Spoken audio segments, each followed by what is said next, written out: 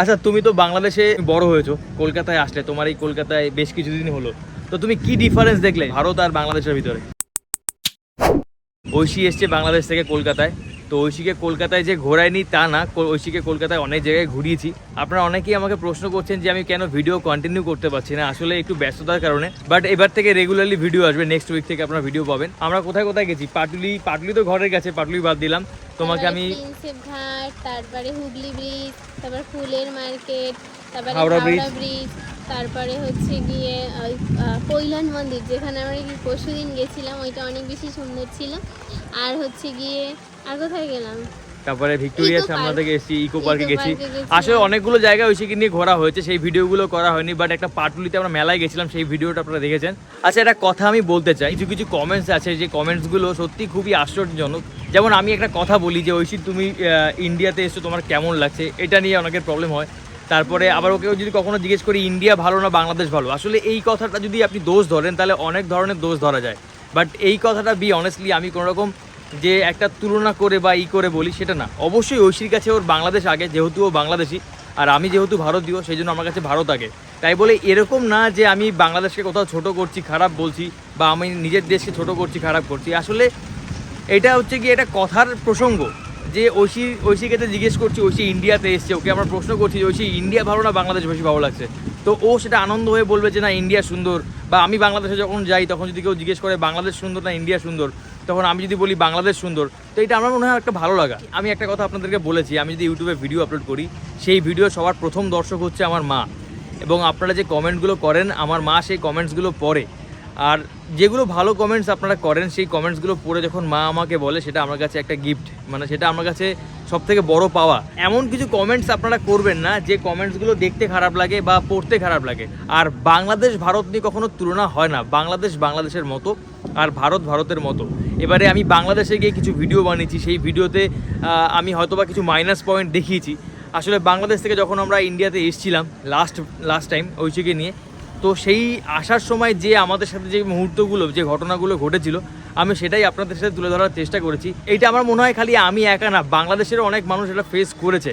তো এইখানটা যদি আপনারা দোষ দেখেন তো দোষ তো আমাদের কলকাতাতেও বা আমাদের ভারতবর্ষ যখন আমি চলাফেরা করি, সেখানে যদি খারাপ কিছু দেখি আমি সেটা তুলে ধরার চেষ্টা করি আপনাদের সাথে। আমি একটা কথা আগেও বলেছি, আমি চলতি পথের ভিডিও বানাই, যেটা চোখের সামনে হয় আমি সেটাই আপনাদের সাথে তুলে ধরার চেষ্টা করি। হঠাৎ করে বৃষ্টি নামছে না? হ্যাঁ, অনেকটাই। আসলে প্রচণ্ড গরম ছিল, তো এখন একটু বৃষ্টি নেমে বেশ ভালো লাগছে। তো আমরা আজকে বৃষ্টিতে ভিজবো ওইখানটায়। তো যাই হোক, ভিজবে না, আমি অলরেডি আমার স্নান হয়ে গেছে। ঐশী অলরেডি স্নান করে রেখেছে। এদিকে অর্ঘর অবস্থা দেখুন, ও গরমে পুরো একদম ফিট হয়ে গেছে। দেখুন অবস্থা গরমে। তো ব্যাপক পরিমাণে আকাশে কিন্তু মেঘ করেছে। আচ্ছা, আরও একটা কথা, আমাকে কিছু মানুষজন কমেন্টস করেছে যে আমি নাকি বাংলাদেশি। তো যারা আমাকে এই কমেন্টস করেছেন তাদেরকে অসংখ্য ধন্যবাদ, যে আপনারা আমাকে আমার ভিডিও দেখে আপনারা বুঝেছেন যে আমি বাংলাদেশি। বাট আমি বাংলাদেশি না, আমি ভারতীয়। বাংলাদেশকে অনেক ভালোবাসি, তো বাংলাদেশে যাতায়াত হয়, তাই বলে আমি বাংলাদেশি না, বাট আমি ভারতীয়। তো আপনারা যারা আমাকে দেখেন তারা জানেন। আজকেও আমাদের বাইরে যাওয়ার কথা ছিল, কিন্তু আজকে হঠাৎ করে বৃষ্টি চলে এসেছে। তো এই বৃষ্টিটাকে আবার খারাপ বলবো না, তার কারণ হচ্ছে বৃষ্টির দরকার আছে, প্রচণ্ড গরম থেকে বাঁচতে গেলে বৃষ্টি দরকার আছে। তো এখানে কলকাতায় গরম কেমন লাগলো তোমার? খুবই খারাপ। আচ্ছা, তুমি তো বাংলাদেশে তুমি বড় হয়েছো, কলকাতায় আসলে তোমার এই কলকাতায় বেশ কিছুদিন হলো, তো তুমি কি ডিফারেন্স দেখলে ভারত আর বাংলাদেশের ভিতরে? ভারত বলতে তুমি খালি কলকাতা থেকে কিন্তু ভারত বিচার করতে পারবে না। এইটা আমি এক কথায় তোমাকে বলতে পারবো না, এখানে বলতে গেলে অনেক কিছু হবে। ফার্স্টেই হচ্ছে কি তোমাদের জীবনযাপন সহজ, আমাদের জীবনযাপন করছি। যেমন তোমাদের এখানে বাজারে হচ্ছে কি যদি বলে আমাকে 100 গ্রাম মাছ দিন, দিয়ে দেবে, কোনো ব্যাপারই না। আমাদের ওখানে যদি কেউ বলে 500 গ্রাম মাছ দিন, তাকিয়ে থাকে যে হ্যাঁ 500 গ্রাম মাছ নেবে, এইটা হচ্ছে কি প্রথম কথা।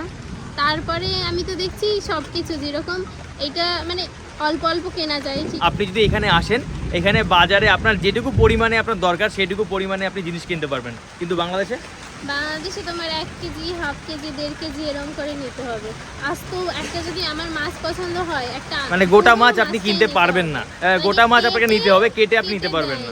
তো এই হচ্ছে ডিফারেন্স। তারপর এখানে যে জিনিসপত্রের দাম খুবই কম, খুবই কম। হ্যাঁ, কিছু কিছু আছে যেগুলো মানে সমান সমান, যেমন হচ্ছে গিয়ে চালের দাম আমি দেখছি অলমোস্ট সেমই। চালের দাম সেম, কিন্তু তোমার দেরাদুন চাল, তারপরে তোমার বাসমতি ওইগুলো চাল আলাদা, এমনি নরমাল আমার নর্মাল যেগুলো মিনিকেট তোমরা কত করে কেনো? আমার এখানে 78 80 এরকম। 78 টাকা 80 টাকা কেজি। আর আমাদের এখানে তোমাদের এখানে ওই রকম সেম অলমোস্ট সমান না? আচ্ছা তারপরে দেখছি যে তেল গ্যাস মোটামুটি টাকার হিসাব করলে ঠিকঠাকই হয়ে মানে same টাকার same-ই যখন হয়। বাটা হবে ইন্ডিয়ান টাকা বাংলাদেশি টাকা, তো এটা সেমই হয়ে যায়। যাই হোক, আমাদের এখানে বৃষ্টি নামছে খুব জোর, আমরা একটু সাইডে যাই। তো যাই হোক বন্ধুরা, কথা বলবো একটু বৃষ্টিতে ভিজে নি আমি আর অর্ঘ দিয়ে যায়। অর্ঘ থাকে হচ্ছে গুজরাট, তোদের গুজরাট এরকম বৃষ্টি হয়? তুমি তো বাংলাদেশের বৃষ্টিতে ভিজেছো, কলকাতার বৃষ্টিতে ভিজবে নাকি? তোমার ফার্স্ট এটাও একটা তোমার এক্সপিরিয়েন্স হবে যে ভারতে এসে প্রথম বৃষ্টিতে ভিজলাম। বাংলাদেশ আর ইন্ডিয়ার বৃষ্টির ভিতর কি পার্থক্য? না, এর তুমি এটা বলতে পারো যে ভারত এসে প্রথম বৃষ্টিতে ভিজলাম। আসলে কি, তো আমরা এইটাই বলছিলাম যে আপনারা যারা কমেন্ট করেন তাদের কাছে কৃতজ্ঞ আমি, তবে আপনারা একটু বুঝে শুনে একটু কমেন্ট করবেন, কারণ কিছু কিছু কমেন্ট খুবই খারাপ লাগে। বাই দ্য ওয়ে, আমরা এবার থেকে আপনারা নেক্সট ভিডিওগুলো পাবেন, খুব ইন্টারেস্টিং হবে। আজকে যদি বৃষ্টি থেমে যায় তো আজকে আমরা অনেক জায়গায় ঘুরতে যাব। তো আজকে মনে হয় না আর বৃষ্টি, এই বৃষ্টিগুলো থামতে চায় না, বলো। সারাদিন ধরেই হবে। এগুলো কি আমাদের দেশের উন্নয়ন সম্পর্কে কিছু বলুন। তোমাদের কোন দেশ? তোমার এখন কোন দেশ সম্পর্কে বলবো, ইন্ডিয়া না বাংলাদেশ? হ্যাঁ, না ওরে বাবারে, তাতে বাবার দোষ হবে। তুমি ইন্ডিয়া সম্পর্কে বলো, আমাদের দেশ না, তুমি তোমার আমাদের দেশ সম্পর্কে নিয়ে বলো। না, আমি যদি আমাদের দেশ সম্পর্কে বলতে চাই, এই মুহূর্তে আমাদের দেশ বলতে পুরো দেশ নিয়ে বলার অভিজ্ঞতা আমার নেই। তো আমাদের যদি খালি ওয়েস্ট বেঙ্গল নিয়ে বলতে চাই, কলকাতার কথা, আমি অর্থনীতির কথা বলতে চাই না, বাট বলবো যে এখানকার রাস্তাঘাটগুলো যেগুলো হচ্ছে গিয়ে পাড়ার ভিতরে রাস্তাঘাটগুলো, সেগুলো একটু দেখা উচিত গভর্নমেন্টকে, আমার পার্সোনালি ওপিনিয়ন।